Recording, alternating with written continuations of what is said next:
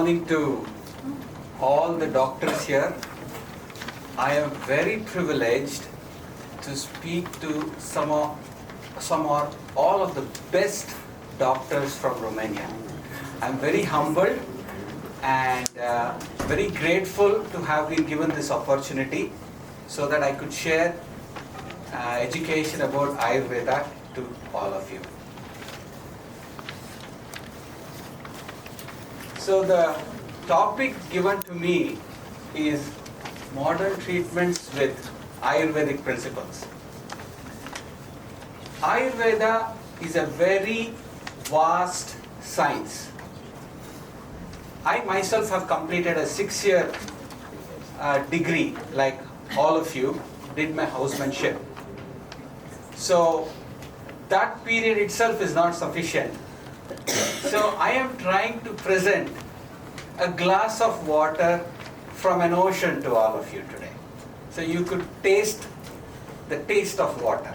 So you could get a glimpse of what Ayurveda is, and you could take back some principles and implement it in your consultation with patients.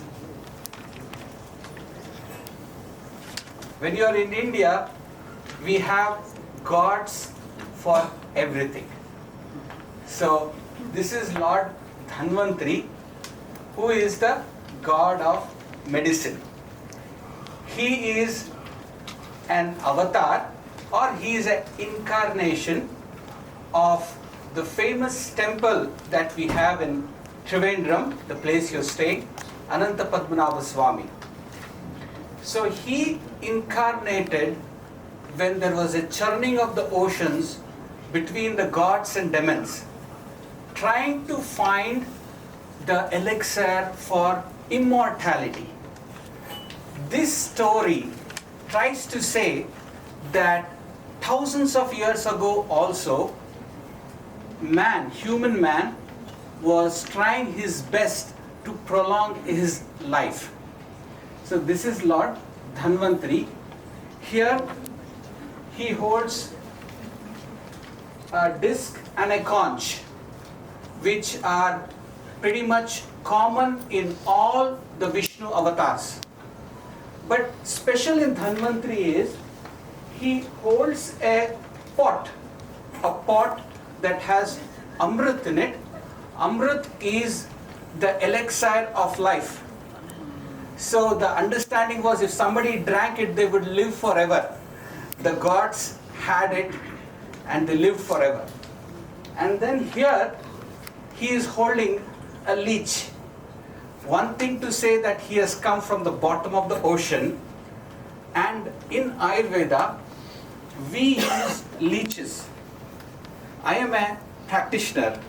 I seldom get opportunity to go and present to students, but I'm a very practitioner, so we use leeches in certain conditions like skin problems or where we want to remove the impure blood, and it has given good results in certain kinds of wounds and ulcers. So he is holding another leech. So I will start my presentation with a quick Sanskrit prayer, which I will do. You can all just close your eyes.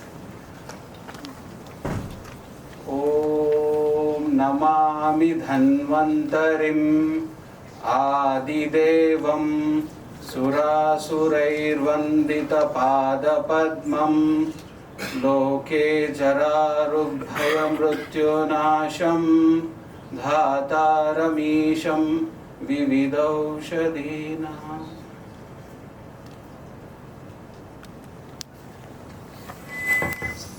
So giving you a quick introduction about myself, I am a qualified Ayurvedic doctor, have completed 6 years of basic Ayurvedic education. In India we have like the modern doctors, we also have a system for Ayurveda, where Ayurveda is given a 5.5 years of education. So then I went on to do my MHA and MPH in Australia. I got an exposure about the policy and how health systems work in a foreign country. coming from a Ayurvedic family, my father and mother both were Ayurvedic doctors.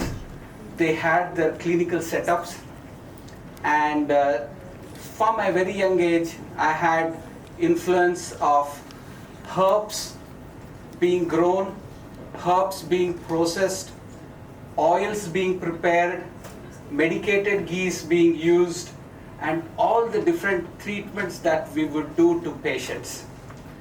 So I was very fortunate and lucky to be their child.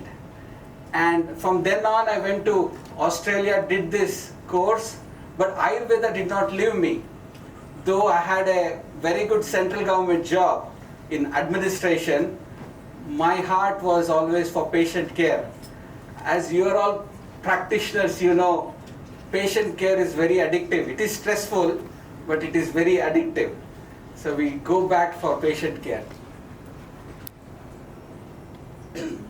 So in today's workshop, I will give you very few basic learnings. First is how to assess dosha. Dosha is nothing but, you just remember these three words: Vata, Pitta, Kapha. You have been given a dosha assessment sheet in front of you, and the doshas are very, very basic for an Ayurveda practitioner.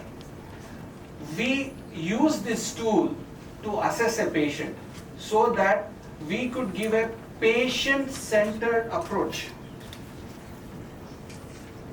So then later on, I will introduce you to some basic concepts of Pancha Mahabhuta, that is the 5 elements in the universe, and how it comes together in the human body.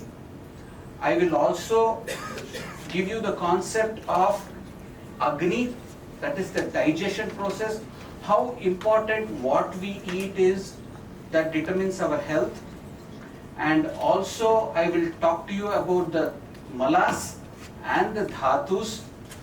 So these are some of the basic things that I will talk and explain to you so that you can take it back and include it in your practice.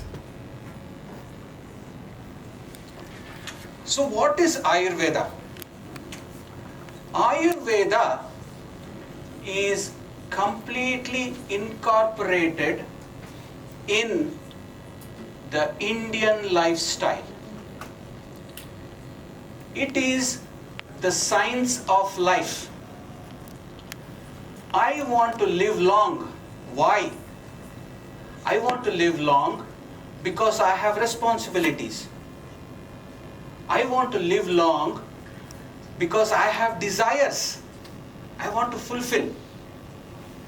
I want to live long because I want to make a house, I want to have a vehicle, I want to travel places.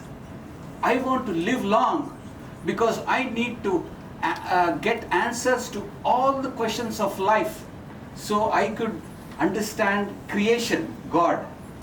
So Ayurveda, Dharma, Artha, Kama, Moksha, these are the 4 things. So Slow. Dharma, Dharma, Artha, Kama and Moksha. These are the 4 objectives for any human being to survive and live for. Moksha. Moksha. Moksha. Moksha. Moksha. Moksha. Okay. Your group is called Nirvana, and Nirvana is a synonym for Moksha. Moksha. Salvation. Salvation. Salvation. So these 4 cardinal principles, to achieve these, you need a long, healthy life. And Ayurveda is a collection of guidelines, like you have medical guidelines book that you follow.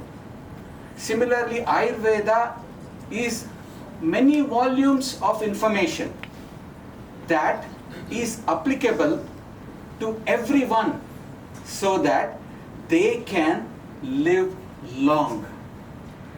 And this is passed on from thousands of years. 5,000 years is what all the archaeologists say. But when we go back to the Indian Vedas, they go back almost 1 million years ago. And it has been applicable because the human body has not changed. It has remained the same. So those principles applicable back then are also applicable right now. So Ayurveda also talks about hita hitam sukham dukkham aistasya hita hitam. What is good for me? What is bad for me? What if I do gives me happiness? What if I do gives me unhappiness? All this Ayurveda says. Ayurveda says, like example, if you take prunes, your emotions will be good. If you take raw oats, you might be constipated. So things like this.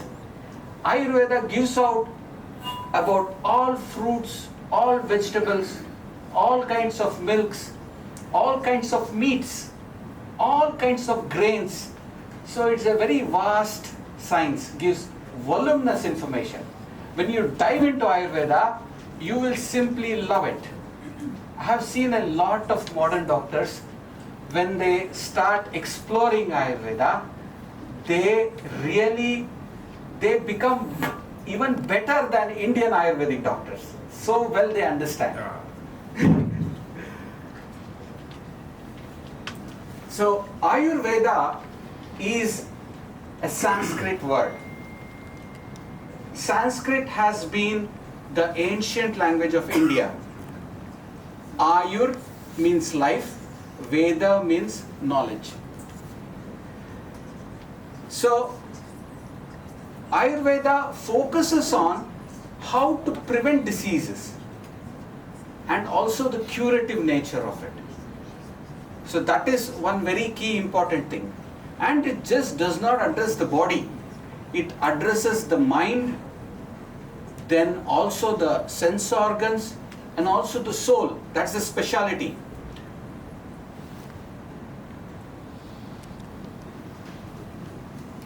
I wish we had a small pill that would give happiness. There are a lot of... I'm going to take 2 of them. Definitely. Definitely. You'll be happy twice. So, the definition of health, WHO has a definition, World Health Organization, which says health is a state of physical, mental, social well-being, and not merely the absence of disease or infirmity. You know, there are patients who come and sit in front of you, you make assessment, they don't have any problem, but still they keep coming back. So are they healthy or not healthy? So that is a big question. Yeah. Yeah. Or here. Or here, yes. All around. All around. So Ayurveda gives a definition of health like this.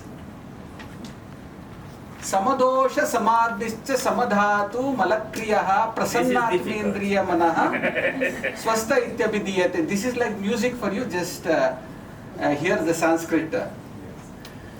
So samadosha, I will just break this down. So by the end of the seminar, you should know at least what the dosha is, what Agni is, what Dhatu is, what the Indriyas are, so that we know.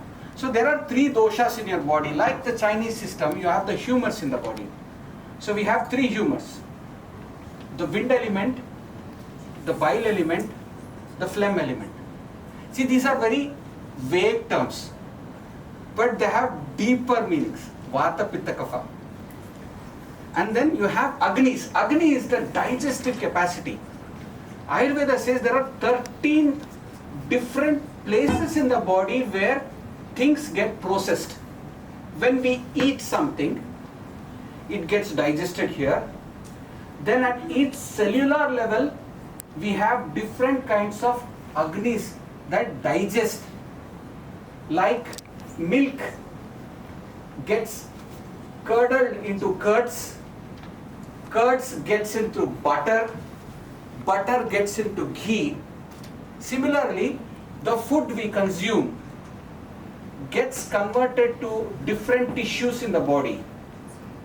The rasa, that is the first digested food, gets converted to the blood element. The blood then gets converted to the muscles. Muscles gets converted to fat. Fat gets converted to bone and bone marrow. Then it gets converted to semen. Now, recently in Europe, there was a discovery of a person who had a bone marrow transplant, and he started giving out sperms of his donor. Okay, you can read it online. It was a very interesting case study. So this gives a connection to what Ayurveda says, that the bone marrow is responsible, the health of the bone marrow is responsible for good egg production or good sperm production in men and women. Okay, so they are the 7 tissues, and the Indriya, Manas and Atma. Indriyas are your 5 sense organs: seeing, hearing, smelling, tasting and touch. A blind person, if he is born blind, it's okay. But when he loses eyesight, it is something, a very important thing he has lost in life. I mean, there must be ophthalmologists here. A lot of them. Any ophthalmologists? No. All right. Okay. So these sense organs play a very important role. Then next is the mind. Like Dr. Sir just said, there's something could be wrong with the patient who keeps coming to you and there's no health problem in them. And then the last that Ayurveda talks about is Atma, talks about the soul, the consciousness. The unique thing of Indian sciences is that we talk about the consciousness. We talk about the person inside you, that he who is witnessing everything around, who is a witness. So that also needs to be in harmony. So the definition of health as per Ayurveda is, all the doshas has to be normal, Vata, Pitta, Kapha should be normal, all the tissues should be well structured, the body should be well proportionate, the digestive fires, metabolism should be correct, the sense organs should be correct, the mind should be correct, soul should be correct, and last, malas should be good. Your excretion should be good. You have to poop well, you have to urinate well, you have to sweat well. These are some of the things that Ayurveda includes. The definition of health. And I think WHO is getting there. So the first principle of Ayurveda, you can incorporate it however you want in your practice. We have 5 elements. We have the space, air, the fire, water and earth. So you can see it is very light and it gets denser. So these 5 elements in various combinations make up various things around that we interact with. Similarly, our body also, there is a combination of these Panchamahabhutas that make up a variety of human beings. Variety of human beings with different height and weight, different structures, different colors.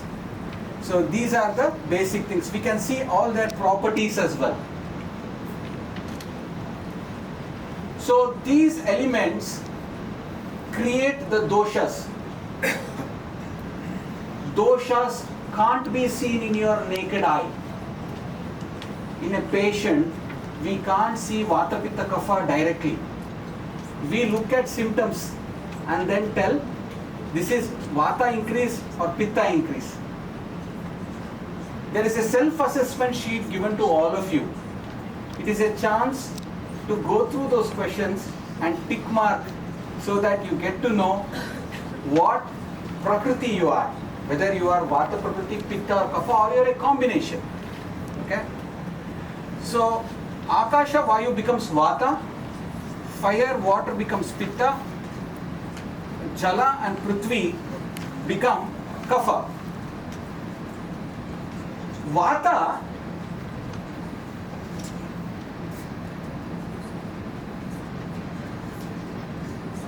the characteristics of vata is vayu is the king of all the dosha. It controls everything in your body.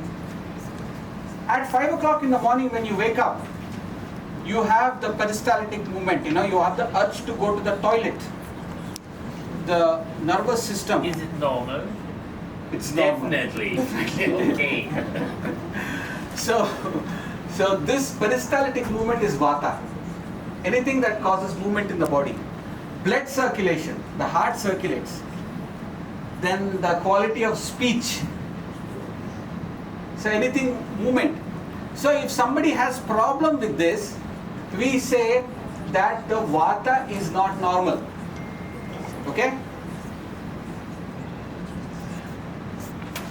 Then pitta.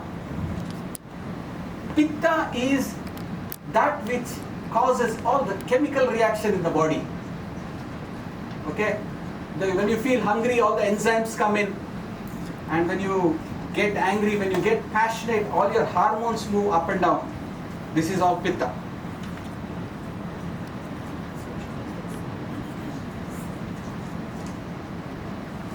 Kapha is the cool thing in your body. It does nourishment to the body. It is all that synovial fluid, all the mucous membrane, everything that nourishes the body, binds them together, keeps them. So when it is abnormal, then we say kapha is abnormal in the body. See, we have sthanas, there are certain places in the body that are more in certain dosha. From the head to the chest region, it is more in kapha, phlegm. So we have a lot of respiratory problems with a lot of phlegm coming. We had COVID this time. When we had COVID, I know all of you would have worked tirelessly. I'm fortunate to see all of you. The doctors have done great deal of service and real appreciation. Pfizer as well. Yes. So phlegm is all here. When you cough, sputum coming out. From the chest region to your belly button, that area is the pitta. So you have the digestion, you have all the organs that produce all the digestive enzymes.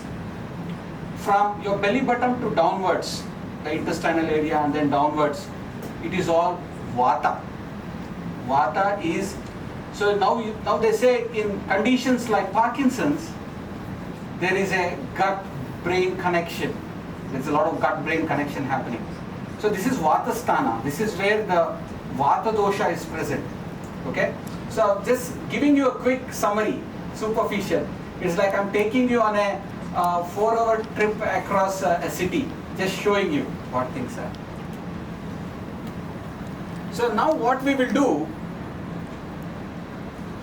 so we have the vata, pitta, kapha. I will ask you to do a self-assessment. Okay? I will run through the questions. So please fill your assessment forms. There is a form given to all of you. So this form, so please go through it. So it's a very interesting questionnaire. Assessing dosha is very hard. It takes a lot of years of time. I remember recently one of my father's patient had come and he sat in front of me and said, "Your father was very good in pulse diagnosis. When my wife came in along with me, he called her and checked her pulse. He told her she was carrying a baby. The patient had never told them that they had gotten pregnant. He held the pulse and said she was carrying a baby. Over that, he also told them that it's going to be a boy baby. So when he had come to see me, the boy was 8 years old. So that he was telling me. I don't know, it was, I feel the expertise is there. Pulse reading is a completely different art. And definitely through the pulse, we as Ayurvedic physicians can know whether your state of digestion, we can know whether you've had good sleep, you're tired. There are some doctors who can check the pulse and give the blood pressure reading. Okay. I'd like to ask you something. I need to count here, and I have 5 questions of 2 Okay. and 4 questions of 3. All right. So it's almost equal between 2 and 3. Definitely, you are probably Pitta Kapha. Vita kapha. Okay, thank you. Now, the first question is your physique and weight. Okay? So please tick mark this. I am slim, slender person, Vata Prakriti. I'll give you one personality who is very slim, a major personality, like maybe Barack Obama. He is very good in talking and he's very quick. So he's a very, you can say he's a Samadosha Prakriti person, but a little bit of Vata, who's very good on stage, who can talk very well. I see a medium build, good muscles and do not gain weight easily. These are Pitta Prakriti people. So another good example of a Pitta Prakriti person is maybe we can give the Canadian Prime Minister today. So he's a very Pitta Prakriti person. Or we have another Pitta Prakriti person like Rahul Gandhi in India, who is another candidate. So most of you are of various Prakritis. So these are 2 examples. Then one is Kapha. Kapha you can give Trump, Donald Trump, as a very Kapha Prakriti person. He is a little chubby, bulky in nature, and he is quite active in his old age. Kapha people have a long life. They have, when you, from birth to around, I think is the air condition working well? Too well. It's too well. Okay. Too well. Definitely. Even if you look at the lifespan of a human being, the first 15, 20 years it's Kapha, 20 to 40 reproductive age it's Pitta, then 50, 60 onwards it's all Vata. So these are the various ages that take place based on the doshas. So this is the physique and weight. Then you have skin and hair, yeah? You have skin and hair. So based on if your skin is dry, please mark 1. If it is a reddish undertone, it's Pitta. If it is smooth and soft, it is Kapha. Then for the eyes, whether they are small or medium or big eyes, if you can't assess your eyes, please ask your neighbor. How do you find the eyes?